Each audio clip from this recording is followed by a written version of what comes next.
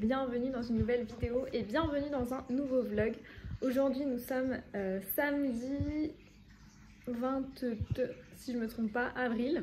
J'ai terminé ce matin le tome 7 des 7 sœurs. Je vous en avais parlé dans mon vlog précédent, donc voilà, si vous voulez aller avoir mon avis sur le tome 7 des 7 sœurs, allez le regarder. Et là je suis en train de m'interroger sur ma prochaine lecture, je sais absolument pas quoi lire. C'est une grande question. Donc me voici dans ma pièce, mon bureau slash bibliothèque. Voici donc mes deux bibliothèques.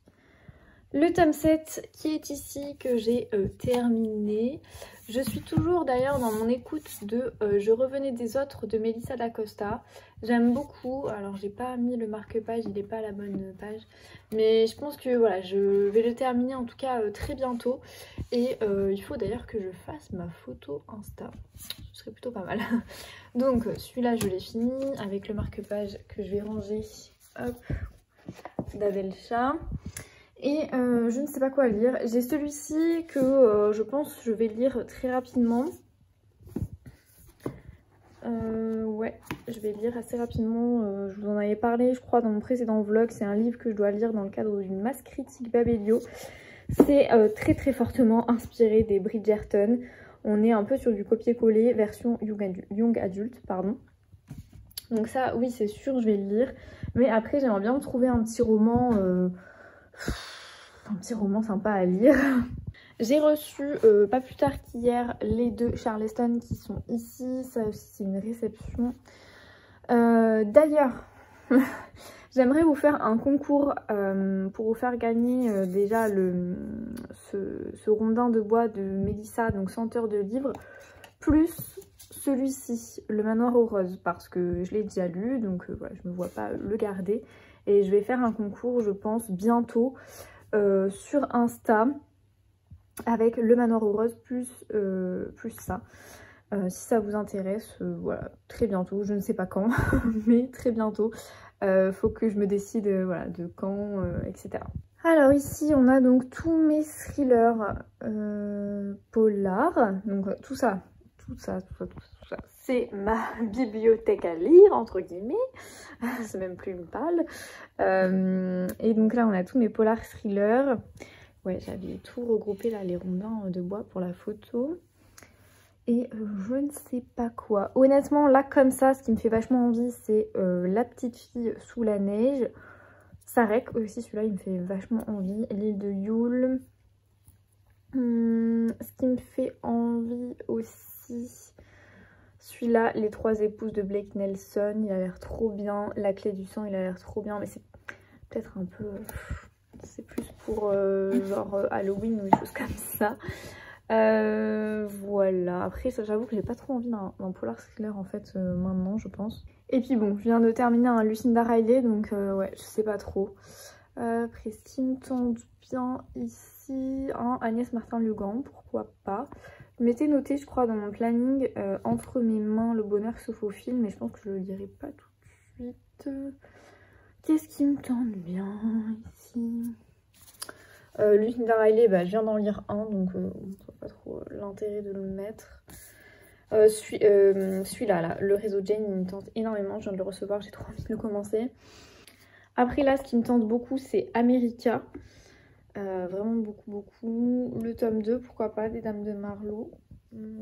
Celui-là aussi, le troisième tome de La Villa aux Étoffes, j'aimerais bien le lire. Les Sirènes de Malibu, l'air trop bien. Et celui-là, je voulais trop le lire aussi, il y a pas plus tard qu'il y a quelques semaines. J'ai trop de tentations.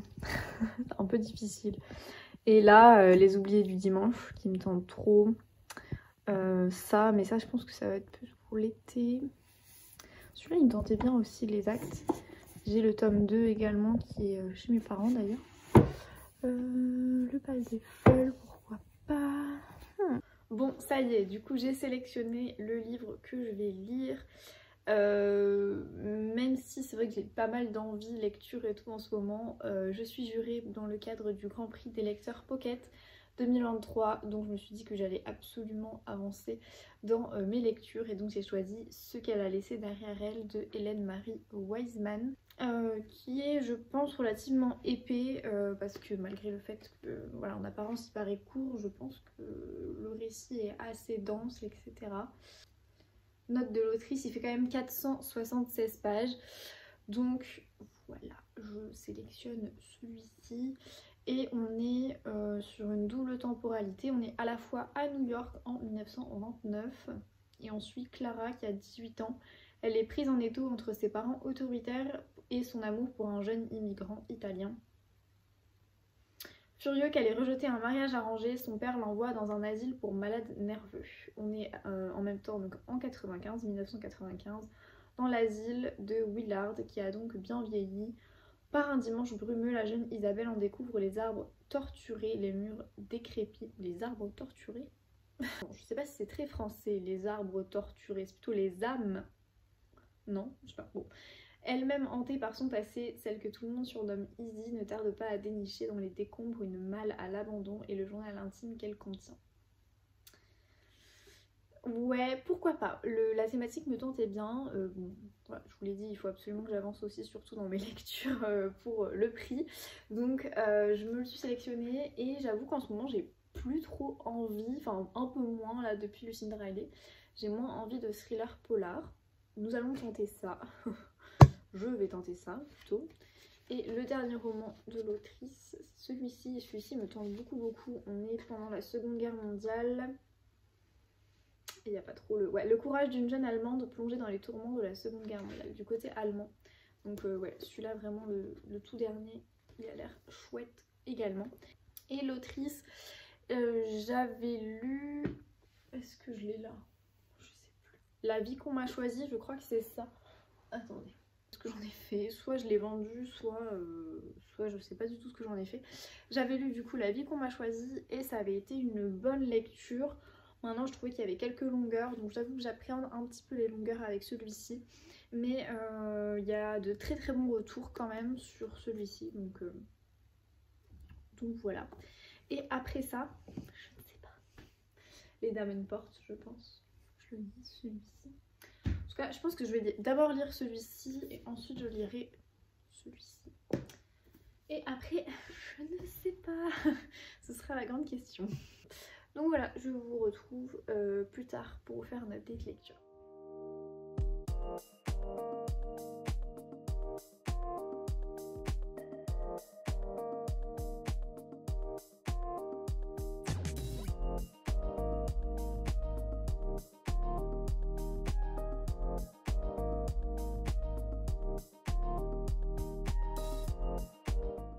Petit coucou en direct de ma cuisine. Nous sommes aujourd'hui lundi soir et j'ai terminé une lecture audio. Je vous en avais déjà parlé dans l'un de mes vlogs. Je me poserai du coup tout à l'heure pour vous faire un update lecture. Mais sachez que j'ai beaucoup aimé cette lecture. Et du coup, je suis en pleine réflexion sur ma prochaine lecture audio. Je sais pas du tout ce que je vais lire. Je pense que ça dépendra surtout des livres qui attendent dans ma palle. Je sais que j'ai Outlander, le tome 3 que j'avais pris sur Audible, que j'ai à lire également. Mais je sais pas, j'ai pas spécialement envie de le lire tout de suite. Donc écoutez, ma foi, je sais pas, je vais regarder mon catalogue Audible et puis je vais bien voir. Et coucou, aujourd'hui nous sommes mercredi soir et je reviens parce que j'ai déjà plein de choses à vous dire. Tout d'abord, nous allons ouvrir un colis ensemble parce que j'ai eu une chouette réception dans ma boîte aux lettres. Je pense savoir ce que c'est, je pense. Alors, ok. Je suis trop contente. Elle est trop belle. C'est les lettres de Rose de Clarisse Sabart en édition collector chez Charleston. Donc c'est Charleston qui réédite en fait ces livres un peu romans, un petit peu phares de la maison d'édition. Et les lettres de Rose fait partie de la sélection. Et vraiment, elle est trop belle cette édition. Avec les pages comme ça. J'adore, je suis trop fan.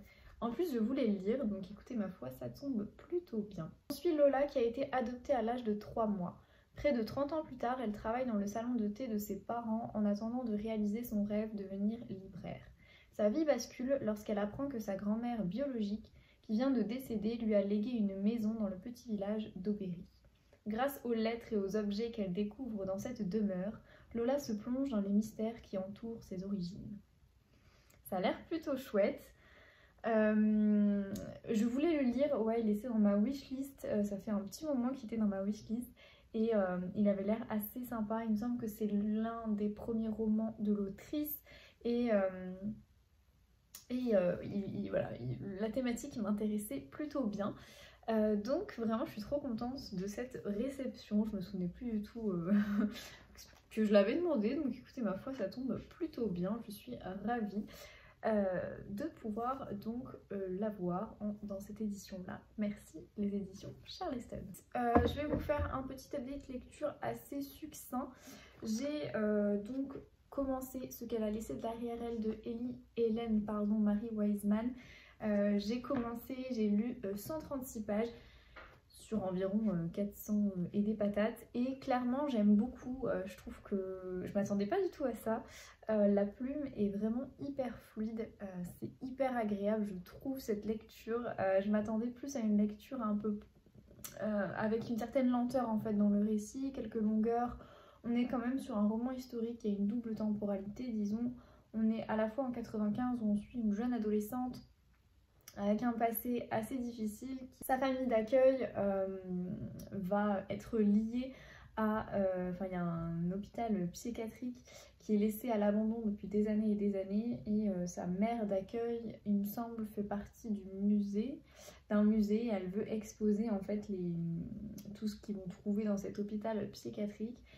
Et en gros, Izzy donc tombe sur à un moment donné une valise où il y a des affaires d'une jeune femme qui s'appelle Clara. Jeune femme qu'on suit du coup dans le passé, en 1929.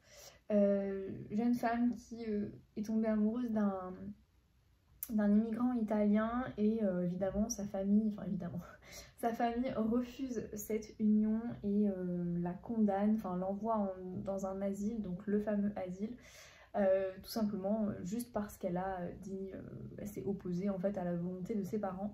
Donc elle n'est pas vraiment folle, vous en doutez, elle n'est pas vraiment folle, c'est simplement parce qu'à l'époque, les femmes, dès qu'elles se rebellaient un petit peu, ça ne convenait pas.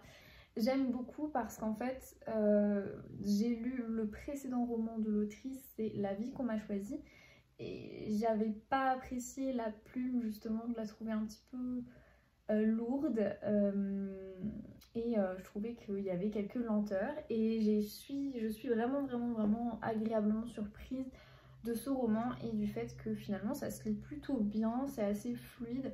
Alors de temps en temps, l'autrice fait quelques envolées, un petit peu lyriques entre guillemets, où elle met plein de mots compliqués les uns après les autres, histoire de je pense, donner un style du corps à ce roman. Moi, c'est moins ce que j'apprécie. Disons que je trouve que c'est pas franchement nécessaire ce genre de paragraphe là où elle s'étale un petit peu, où elle fait penser ses personnages qui pensent à la vie, à l'avenir, etc., etc. Je pense que c'est pour donner un peu de corps et un peu de cachet au roman, mais à mon sens, c'est pas forcément nécessaire. Maintenant, c'est vraiment la seule pointe de reproche que je peux faire à ce roman, sinon c'est assez prenant et c'est assez addictif, contrairement, du coup, je peux pas m'empêcher de faire des parallèles, mais contrairement à La vie qu'on m'a choisie, j'aime vraiment bien ce roman parce que je le trouve plus dynamique dans le rythme, et du fait qu'il y ait une double temporalité aussi, je pense que ça joue, ça dynamise un peu le tout. Je me suis arrêtée en plein milieu d'un chapitre, mais c'est pas grave. Je vais le continuer du coup ce soir, j'espère vraiment avancer, et j'espère du coup le terminer vraiment avant la fin de la semaine, ce serait top. On va croiser les doigts. Et alors je voulais vous faire du coup un update lecture parce que j'ai terminé en lecture audio Je revenais des autres de Melissa d'Acosta. Je vous en avais parlé, il me semble, dans un vlog, alors ça doit pas être le précédent mais celui juste avant. Et vraiment, j'ai beaucoup aimé cette lecture, je l'ai trouvée assez touchante, assez attendrissante. Je ne m'attendais pas au sujet abordé. On suit une jeune fille qui a été un petit peu j'ai envie de dire qui a été malmenée, oui et non, parce qu'elle l'a voulu dans une certaine mesure. Elle est la maîtresse d'un homme marié et évidemment d'être la deuxième et aussi jeune par rapport à cet homme marié qui est quand même beaucoup plus âgé qu'elle. Elle se sent mal en fait, elle est mal dans sa peau et donc à un moment donné elle fait une sorte de... c'est pas une sorte, c'est une tentative de suicide. C'est vraiment le début du roman, donc vraiment je vous spoil pas. Elle fait une tentative de suicide et suite à ça, donc Philippe, l'homme, enfin son amant, va l'emmener à la montagne pour être saisonnière, pour donc faire le service il me semble. Et à partir de ce moment-là, elle va complètement renaître, revivre. Elle va comprendre en fait que la vie est belle finalement, que les relations c'est jamais soit tout blanc soit tout noir, qu'il faut apprendre aussi surtout à s'aimer soi-même avant de pouvoir aimer les autres. Et c'est assez touchant parce qu'elle rencontre donc plein d'autres saisonniers, elle vit avec eux dans cet hôtel.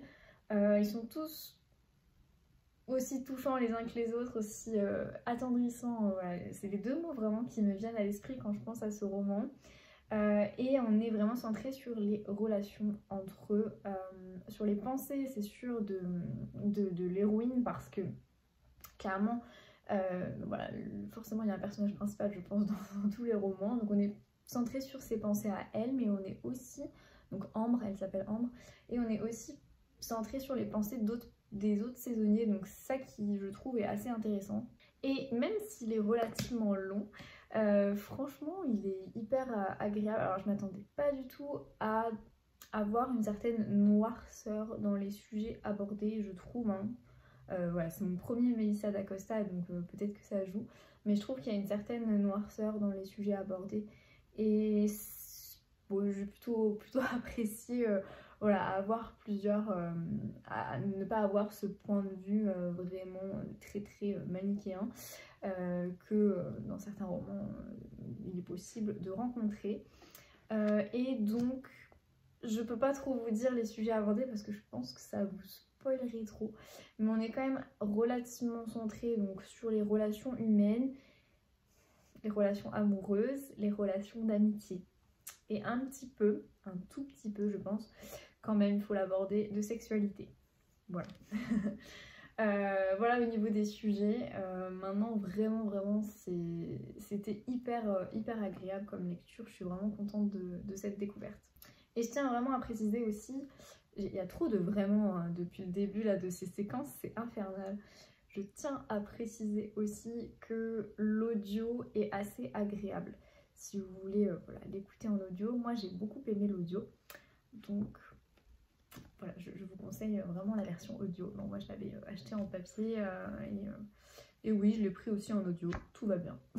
Je me perds, où tu me trouves.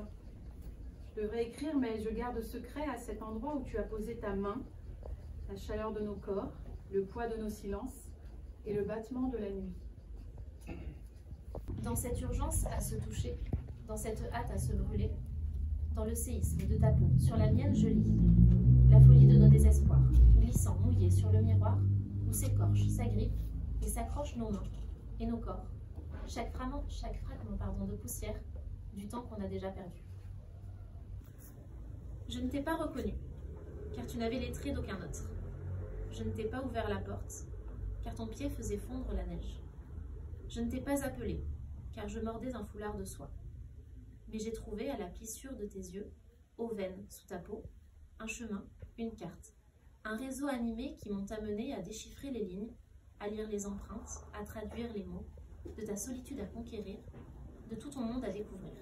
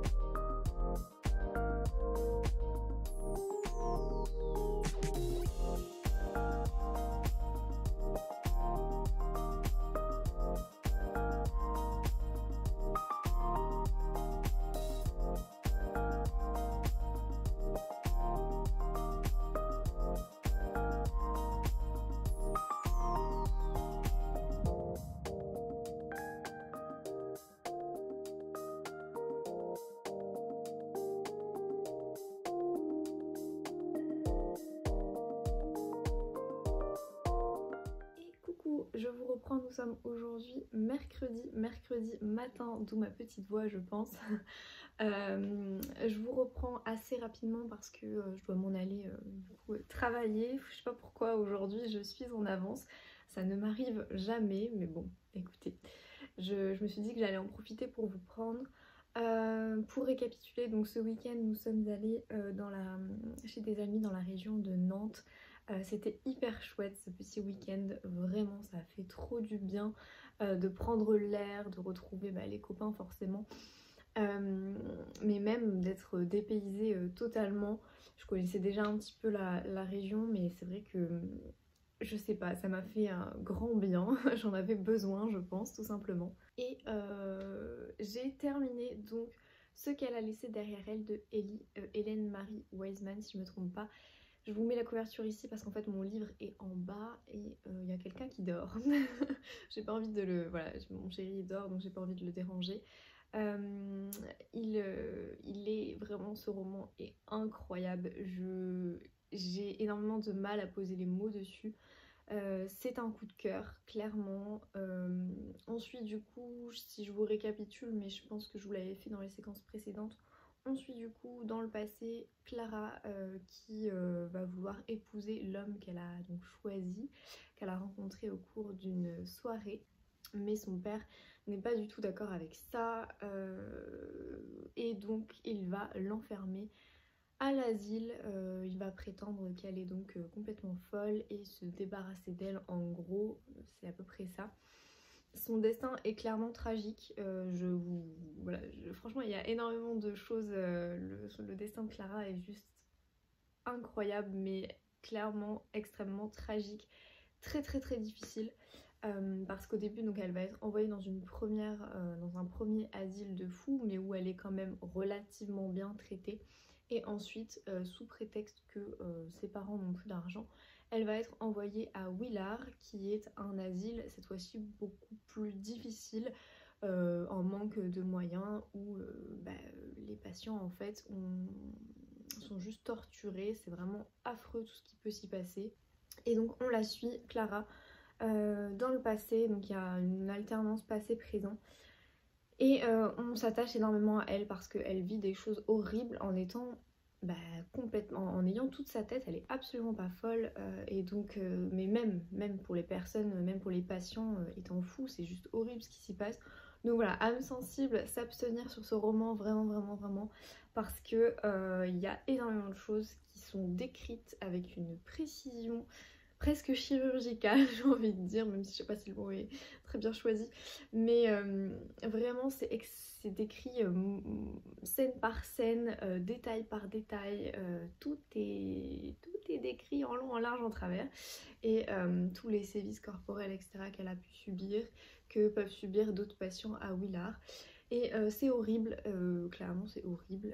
Moi je me suis révoltée tout au long de ma lecture. C'était, on avait l'espoir qu'elle allait y arriver, qu'elle allait pouvoir enfin sortir de cet asile. Et puis finalement, vous allez découvrir la suite. Et dans le présent, on suit Izzy, donc Isabelle, qui qui change de famille d'accueil un petit peu tout le temps. Sa mère a tiré sur son père, donc son père est mort et elle est enfermée à la prison. Elle pense que du coup sa mère est complètement folle, elle n'a pas envie de la voir d'ailleurs parce qu'elle a peur aussi qu'elle transmette sa maladie, etc. Elle a été d'abord élevée par sa grand-mère et ensuite elle est allée de famille d'accueil en famille d'accueil. Elle est enfin tombée, au moment où on lit le roman, elle est enfin tombée dans une chouette famille avec un couple absolument adorable. Et le lien est très vite fait parce que dès le début, Peg est donc la conservatrice du musée, je crois, ou la directrice du musée, et donc elle va enquêter, elle va sortir des documents et des valises de Willard, donc le fameux asile de fous qui est actuellement à l'abandon. En gros, dans le passé avec Clara, on est en 1919, enfin, ça commence en 1919. Et dans le présent avec Izzy, on est en 1995. Willard a été abandonné et donc c'est un peu, voilà, c'est des bâtiments, il y a énormément de bâtiments parce que c'est assez grand et tout est abandonné. Il y a pas mal de documents qui traînent, des faits personnels des patients, etc. etc. Et Peg, qui est donc la mère d'accueil de Izzy, est chargée alors c'est pas vraiment enquêter le mot exact, mais elle est chargée de récupérer tous ces documents, ses valises, etc. pour pouvoir les collecter. Euh, et, euh, et Izzy se retrouve en fait au milieu de tout ça. En même temps, elle arrive dans un nouveau lycée, c'est un peu compliqué. Elle se fait pas forcément des amis tout de suite. Elle arrive même à se faire des ennemis. Vous allez découvrir un petit peu comment, pourquoi. Et elle subit du harcèlement, etc. C'est pas non plus hyper joyeux. Mais pareil, je me suis énormément attachée à elle aussi. Parce qu'elle est un peu perdue, parce qu'elle refuse pas mal de choses, parce qu'elle est têtue tout simplement. Et on se dit bah, c'est dommage, c'est dommage, elle veut pas savoir la vérité concernant sa mère, etc. Et vous allez, voilà, on va voir vraiment ces deux personnalités, ces deux femmes finalement qui vont un petit peu se croiser, s'entremêler. On a un chapitre sur l'une, un chapitre sur l'autre. Et vraiment c'est super prenant. Et c'est vraiment la première fois d'ailleurs aussi, je me suis fait la réflexion, première fois où j'ai autant aimé la partie dans le passé que la partie dans le présent. Ça me fait très rarement ce genre de choses. En général j'ai tendance à préférer la partie dans le passé, mais là vraiment même la partie dans le présent, même si on est en 95 hein, quand même, on n'est pas présent, j'ai quand même beaucoup apprécié Izzy, j'ai quand même aimé la suivre et je la trouve voilà, hyper attachante, surtout à la fin voilà, on connaît son histoire personnelle, etc. Donc clairement je vous recommande à 20 000% ce roman, donc ce qu'elle a laissé derrière elle de Hélène Marie Wiseman. C'était une lecture vraiment bouleversante à certains moments, j'ai presque eu, j'avais les larmes aux yeux, je me suis dit mais non c'est horrible ce qui lui arrive et tout.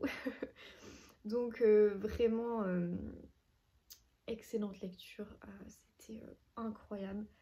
Je m'attendais pas à ça parce que le début j'ai eu un petit temps d'adaptation en fait pour pouvoir rentrer dans le récit, mais j'ai quand même de suite accroché. C'est un peu particulier, mais je pense que c'est la plume qui fait ça, la plume qui est très descriptive comme je vous l'ai dit.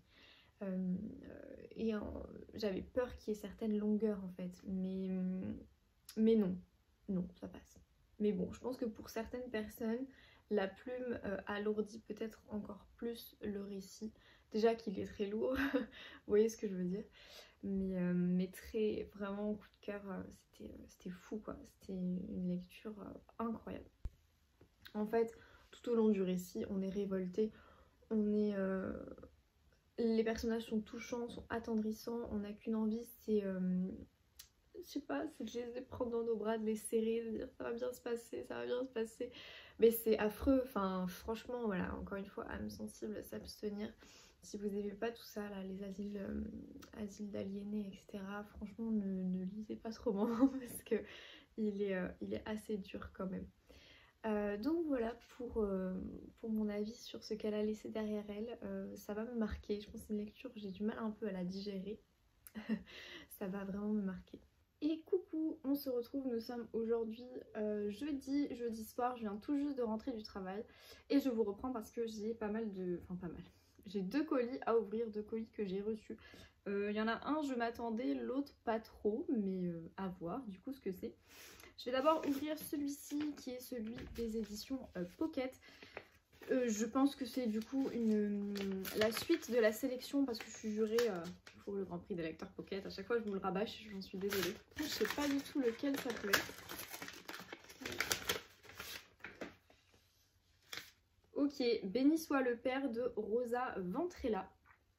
Avec cette couverture, je suis pas hyper fan de cette couverture. On suit du coup Rosa qui est née dans le quartier de Saint-Nicolas, l'un des plus pauvres de Bari. Parmi les maisons blanches bordant d'étroites ruelles qui courent vers la mer, la violence règne. Et chez Rosa, c'est son père, Gueule d'Ange, qui fait régner la terreur. On est du coup en Italie, je vous lis pas plus le résumé. Je sais que voilà, la lecture des résumés ça peut être vite redondant. Donc on est en Italie, il est tout court, je m'attendais pas du tout à ça, je le pensais beaucoup plus gros, je sais pas pourquoi. Et j'ai toujours un petit peu peur des histoires comme ça de vie qui se passent en Italie parce que j'ai été marquée par la saga de Elena Ferrante, là, donc l'amie prodigieuse. J'avais lu également de Elena Ferrante La vie mensongère des adultes que j'avais bien aimé, mais je m'étais quand même un petit peu ennuyée à certains moments, je trouvais qu'il y avait pas mal de longueur, etc.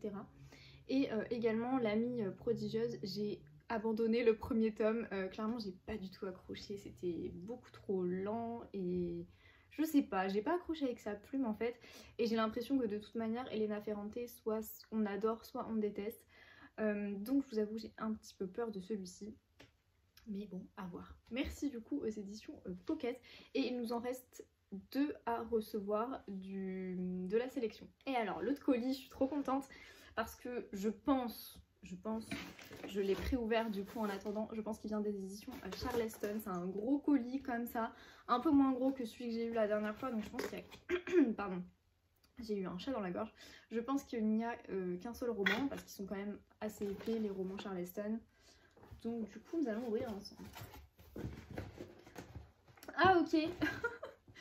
Ah ok, trop bien. Oula, ça se casse. Et donc, oh là là, je suis trop contente. Il s'agit du 6e tome de la Villa aux Étoffes. Donc les adieux à la Villa aux Étoffes. Ah, je suis vraiment trop contente. Je m'attendais pas à ça. Je m'attendais à recevoir le Case Morton qui est sorti, qui est déjà sorti d'ailleurs, que j'avais demandé. Mais vraiment trop bien. Comme ça, j'ai du coup la saga complète de la Villa aux Étoffes. Je vais pouvoir, il faut que je lise le 3, je sais. Je suis pas à jour dans cette saga, vraiment. Mais trop contente parce qu'il me semble qu'il est pas encore sorti. Ou alors je me trompe. Non, il sort fin mai. Oh, trop bien. Bon, je sais plus s'il sort fin mai ou fin avril, mais en tout cas... Merci beaucoup, je suis ravie, je suis vraiment trop contente de cette réception. Je l'avais demandé, mais voilà, je suis hyper contente. De toute façon, à chaque fois, je le dis, je suis trop contente de recevoir des livres. Je trouve que c'est un vrai privilège et c'est hyper gratifiant forcément. Donc voilà pour mes 2 petites réceptions, une grosse réception du jour. Je voulais vous faire un update lecture avant de clôturer ce vlog parce que je pense qu'il aura été quand même relativement long. Et donc j'ai débuté une nouvelle lecture suite à mon coup de cœur donc pour ce qu'elle a laissé derrière elle. J'ai débuté un classique, Persuasion de Jane Austen. On avait fait je rigole, mais on avait fait un challenge en fait avec les copines, on s'était dit qu'on allait lire un classique par mois. Au final, j'ai pas du tout tenu, j'ai lu le classique du mois de janvier début février, enfin je l'ai terminé début février, et je débute le classique du mois d'avril début mai, tout va bien. Mais celui-ci, voilà, il me tentait beaucoup, donc je me suis dit que j'allais sortir de ma palle, c'est un petit peu le moment ou jamais. Et j'ai pas beaucoup lu, hein. J'ai lu clairement 15 pages, voilà, j'en suis au tout début. Et je vous fais pas le topo parce que je pense que vous connaissez peut-être un petit peu ce classique, mais c'est une histoire d'amour qui se finit, enfin qui est assez compliquée, assez difficile, où il est question d'honneur, vous vous en doutez. La famille aussi s'interpose, etc. Donc bon, bref. Voilà, la dernière question, c'est: le temps, les non-dits et les incompréhensions auront-ils eu raison de leur cœur? Ils se retrouvent après des années. Enfin voilà, ça a l'air assez intéressant, mais par contre je dois vous dire que... Alors désolée s'il y a un petit peu de bruit. Ça a l'air hyper chouette, mais par contre, déjà au bout de 15 pages, il y a pas mal de personnages, je m'embrouille un petit peu. Donc je suis obligée d'avoir sur mon téléphone en fait à côté une liste des personnages parce que sinon j'ai trop du mal à resituer qui est qui. Ça j'avoue que c'est un peu compliqué. Pareil, la plume est pas une plume moderne, donc pas forcément... Pareil, au niveau de la plume, elle n'est pas extrêmement moderne, donc pas forcément fluide. À voir ce que ça donne, parce que là franchement j'ai lu 15 pages donc je peux pas trop vous faire un retour dessus, à voir ce que ça donne. Mais en tout cas je me suis lancée dans cette lecture, je pense que ça va me tenir tout le week-end. Voilà, c'est tout pour moi pour cette vidéo. J'espère que voilà, vous avez passé un bon moment en ma compagnie. Je l'espère, vous êtes toujours à chaque fois au rendez-vous pour mes vlogs et ça me fait trop plaisir de voir que vous êtes au rendez-vous en fait, tout simplement. de voir que voilà, à chaque fois vous laissez des petits commentaires. Alors j'ai du mal à répondre à tous les commentaires, je vous avoue que là ça commence, je commence à en avoir pas mal, et sur Insta et sur YouTube, j'ai également TikTok. Donc voilà, je mets un petit peu de temps à répondre aux commentaires, j'en suis désolée, mais je veux vraiment à chaque fois vous répondre, pour moi c'est hyper important. Mais voilà, le délai est peut-être un petit peu long et j'en suis complètement navrée. Navrée, voilà, si votre commentaire n'a pas de réponse tout de suite. Un jour il en aura, promis. Donc voilà, merci en tout cas d'avoir regardé cette vidéo jusqu'ici. Je vous souhaite une belle journée, un beau week-end, ça dépend quand est-ce que vous la regardez. Et puis moi je vous dis à bientôt. Salut!